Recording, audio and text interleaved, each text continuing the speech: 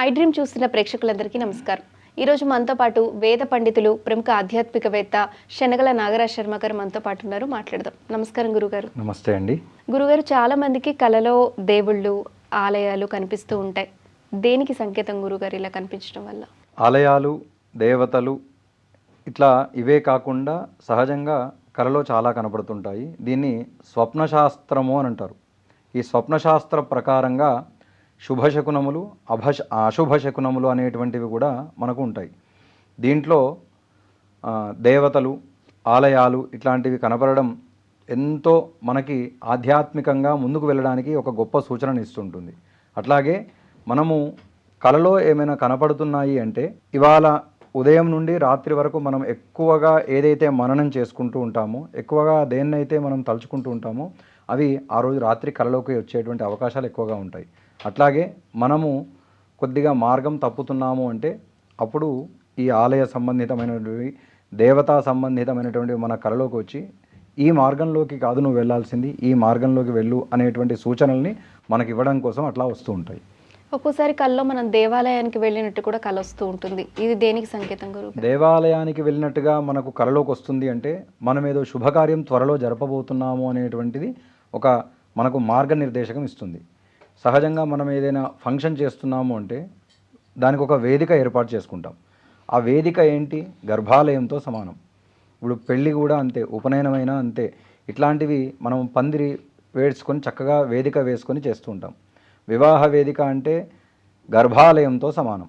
అందుకే చెప్తూ ఉంటారు అక్కడికి చెప్పులు వేసుకొని వేదిక ఎక్కకూడదు, స్టేజ్ ఎక్కకూడదని, తర్వాత ఎట్లా పడితే అట్లా రాకూడదని, అక్కడికి వచ్చిన తర్వాత గోలలు చేయకూడదని, అరవకూడదని చెప్పి చెప్తూ ఉంటారు. శుచి శుభ్రతను పాటిస్తూ రావాలి అని. అట్లాగే మనము ఈ ఆలయ సంబంధితమైనటువంటివి ప్రతిరోజు ఆలయానికి వెళ్తున్నట్టుగా కానీ, లేదా మనము ఏవైనా గుళ్ళు కానీ కలలోకి వస్తున్నాయి అంటే ఏదైనా శుభకార్యం ముందుగా జరపబోతున్నాము, మనకు ఉన్నటువంటి అశుభాలన్నీ కూడా తొలగిపోతాయి అనే దానికి సంకేతం. అయితే మనకి కొంతమందికి దైవ దర్శనం కలలోనే చేసుకున్నట్టు, ఇప్పుడు చెప్పాలంటే ఇప్పుడు తిరుపతి వెంకటేశ్వర స్వామి ఉంది, మన కలలో ఆ దేవుని దర్శనం చేసుకున్నట్టు కలలో వస్తుంది. ఆ దేవుణ్ణి మనం దగ్గరగా ఉండి చూసినట్టు.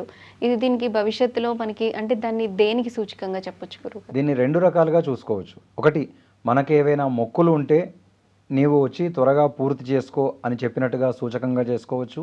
లేదా మనము గత రోజులలో లేదా ఇంతకు ముందు ఎప్పుడైనా వెళ్ళినప్పుడు మళ్ళీ మనం వెళ్ళాలి అనేటువంటి ఆలోచనను తీసుకురావడం కోసం కావచ్చు.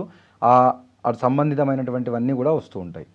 అట్లా రావడం ద్వారా మనము అదే పనిగా వేరే ఆలోచనలు లేకుండా ఆధ్యాత్మికంలో పూర్తిగా నడవడం కోసం, ధర్మ మార్గంలో నడవడం కోసం ఈ దేవతా సంబంధితమైనటువంటివి లేదా దర్శనం చేసుకున్నట్టుగా, లేదా మన ద్వారా ఈ ఆధ్యాత్మికమైనటువంటి పరంపరం కొనసాగించడానికి వేరే వాళ్ళకి సూచన కల్పించు అని చెప్పే దాన్ని కూడా రెండవ రకంగా మనం తీసుకోవచ్చు. అంటే భగవంతుడు మళ్ళీ రప్పించుకోవడానికి, మనల్ని రప్పించుకోవడానికి, లేదా మన ద్వారా వేరే వాళ్ళని ప్రోత్సహించడానికి. ఎవరైనా ధర్మ మార్గం తప్పుతూ ఉంటే వాళ్ళు అట్లా వెళ్తున్నారు, మనం బాగుంటే సరిపోదు కదా, మన చుట్టూ ఉన్న వాళ్ళు కూడా బాగుండాలి అని కోరుకునేటువంటిది మన సంస్కృతి సంప్రదాయాలు, ఋషుల కాలం నుండి వస్తున్నటువంటిది. కాబట్టి వాళ్ళంతా కూడా మనకేం చెప్తుంటారు ఇవన్నీ రావడం ద్వారా అంటే, నీవు మాత్రమే వెళ్తే సరిపోదు, నీ చుట్టూ ఉన్నటువంటి వాళ్ళని కూడా ఈ మార్గంలోనే తీసుకువెళ్ళు అని చెప్పడానికి ఒక సంకేతం. అయితే గురుగారు, భగవంతుడికి సంబంధించిన కళలు మనకు వస్తున్నప్పుడు వాటిలో ఏవి మంచి కళ్ళు, ఏవి చెడు కళ్ళు అనేది మనం వ్యత్యాసం ఎలా చూసుకోవాలి గురుగారు? అంటే మన దేవుడు మంచిగా చెప్పడం కోసమా, లేకపోతే మనకి ఏమన్నా అదేమంటారు వార్నింగ్ ఇచ్చినట్టు అలా అనుకోవడం? ఈ స్వప్నశాస్త్రంలో ఎట్లా ఉంటుందంటే, ఒక స్త్రీ కుండతో లేదా బిందెతో నీళ్లు పట్టుకొని వస్తున్నట్టుగా కలలో రాకూడదు అంటారు. అట్లాగే ఒంటి బ్రాహ్మణుడు కలలోకి రాకూడదు అంటారు. అట్లాగే రెండు పాములు మెలిక వేసుకొని కలిసి ఉన్నట్టుగా రాకూడదు. తర్వాత కాకులు, గ్రద్దలు ఇట్లాంటివి రాకూడదు.